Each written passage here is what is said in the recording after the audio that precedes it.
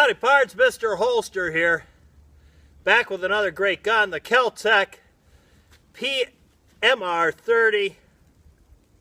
That's what it says right here.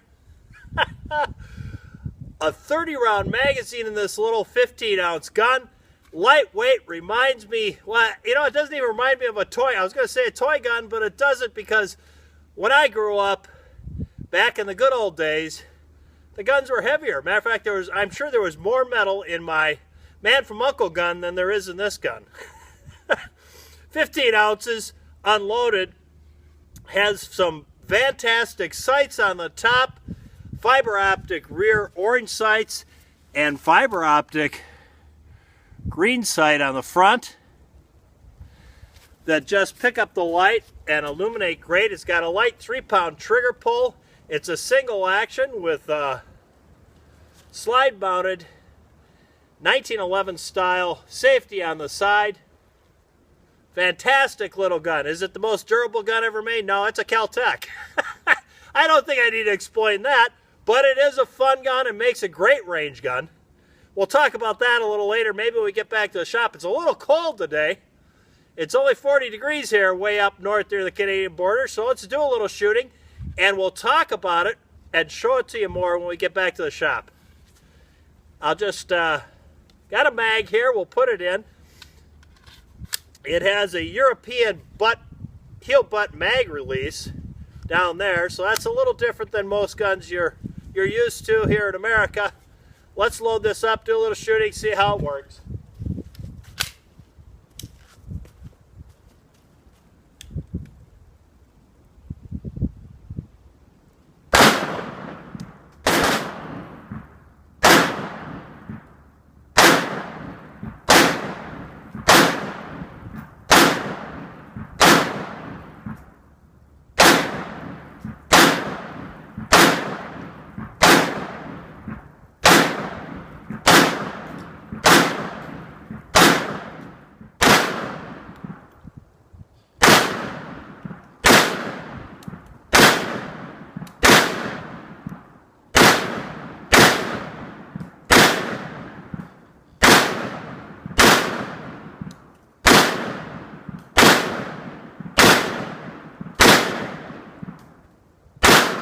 Here we are back in the shop with the Kel Tec PMR30. A very interesting firearm, ingenious design. And here I'll give you a little shot of the sights there, see if you can see them better than you did out there in the woods of the shooting range. Very quick sight acquisition with these sights, a fiber optic green front and fiber optic red front.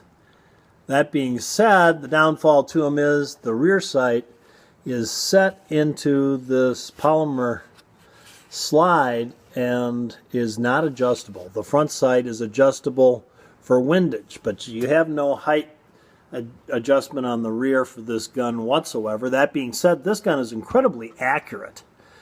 I had to adjust the front sight, but once I did that, it very, very accurate, far more accurate than Mr. Holster, which all my guns are, because if I got a gun that's not more accurate than me, I get rid of it, because that's pathetic.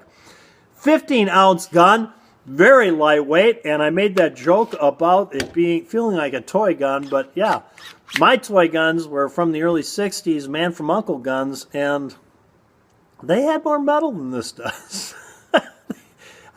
I think they were a lot heavier. I don't know for sure. This gun here has a one-piece. If you look at the Picatinny rail, the trigger guard, grip frame, all one piece on this side and all one piece on that side. Yeah, it's a two-piece deal on the receiver. You can see the line right up there. You can see the line right down the center of the Picatinny rail and on the trigger guard. Yeah, and it's all just bolted together by these 8 bolts. 1, 2, 3, 4, 5, 6, 7, 8, and this one's kind of a loose affair with it holds in the mag release, the European style heel mag release on the back for the 30 round, hence the name PMR30, 30 round magazine. Holds that in there. And of course the slide is half metal, half polymer, and these screws right here hold the polymer portion of the slide to the metal portion of the slide. I'll lock it back so you can see it. I shouldn't laugh. At any rate, very nice slide stop. You see it, the slide stop just pops up and blocks the front of the slide when it comes back, and it works incredibly well. That's one thing I think is very nice on this gun. And it kind of pops out when it does that, and it goes back in when you put it back into battery, and you'll see the slide stop is inside of the safety there. And the safety is, I misspoke before, it's like a 1911, a frame-mounted safety. Very positive, ambidextrous safety. And it works equally as well on either side. You know, sometimes these things don't. And when you use your left hand on the right side of the ambidextrous safety, it's kind of cheesy. This is a very positive, very positive safety. The safety, it works incredibly well on this gun. It's got a very light, crisp 3-pound trigger pull. Very accurate gun, like I said.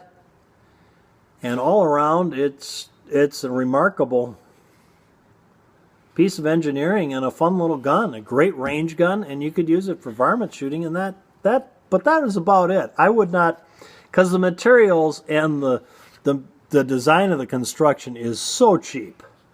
I would really not want to. I would not want to trust my life. My life's worth more than a $300 gun, I think. And that being said, I have seen some $300 guns I would trust with my life. This one I would not, because it's just far more engineering involved in this gun than there is actual decent materials and craftsmanship assembling it. Let's put it that way. And I won't sit here and dump on the gun, because it's just a range gun. It's a fun gun. And in the price range it's supposed to be, it should be selling for between $300 and $325. Fantastic gun. Of course, supply and demand is all askew on this.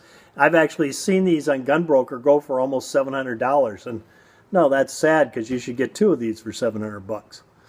The suggested retail on these guns is between $400 and about $450, depending on all the goodies, colors they put on it, and whatever else. They're really about a $425 suggested retail, and they should be selling for $325. There. So bear that in mind, but people are paying a lot more because they're not making as many as are in demand. So, which is kind of sad. And there you have it, guys. The Kel Tec PMR30. Very accurate firearm, very unique. The one downside to the whole thing, and that's why you've seen so many videos on these where they don't work very well, although they had a problem with their initial barrels on these things, the fluted ones. Yeah, they didn't work quite well, and the rounds were keyholing. And they do say in the manual on this to use, they have specific ammo to use. They say don't use imported ammo, and I noticed they're all heavier bullets. Basically, this is the round to use, the Maxi Mag with a 40 grain bullet. But the real thing that they've been having problems with nowadays on this, that you see the gun's not functioning, and it's not the magazine. The magazine's all polymer, by the way. Everything, the feed follower, the feed lips, the body, the butt plate, everything but the spring inside. Yeah. And here's the deal, is a lot of the malfunctions you're seeing and people complaining about the gun is right here. It comes down to them loading it. You really have to take your time to get the gun loaded properly. You have to remember this is a rimless, this is not a rimless cartridge. This is a rimfire cartridge, so you're not going to get these to stack on top of each other. They're going to be offset when you load them, and once you get past the feed lips and you get down the full body, they can start getting seated backward more by just simply tapping the magazine like this as you load it. It'll seat down in there better, And you need to do that because if you don't, when it gets up to the top, if they're not seated well and they're crooked, that ejector is not going to pick them up, pick the round up, and you're going to end up with nothing in the chamber. So you got to get them seated well so it doesn't do that. Number one. Number two, as you get further down there and you've got 20, because this holds 30 rounds. And let me tell you, get past 20 rounds, they start getting a little more difficult to get in there. As a matter of fact, I usually stop at like 24 and decide, well, that's enough, I don't want to. Because you start bending the casings because you're pushing on that other round underneath there. And if you push too hard, so what I like to do is I like to make sure I'm over to one side and not pushing right on top of that other round, and just kind of slowly get it. Then because if you get it off to the side, it doesn't take much pressure getting down in there. Then you're hitting both those rounds underneath there, and then slide it back, and then you're not putting so much pressure on, you end up bending that cartridge. Yeah. So it's all taking your time, and every 7 rounds, 5, 7 rounds, tapping it down, getting them seated down in there when they get into the wider part. And then they seem to feed fine and it works fine. That's the little thing you got to do. It's not like just loading a 9mm magazine and slamming them in there. It's a little more involved, and it's kind of a pain. But after you do it enough, if you're really into it, it's not going to bother you. There you go. Now that's about 14 minutes of your life you'll never ever get back again. Thanks for tuning in, guys. If you like my channel, please subscribe. Till next time, go out and stay safe.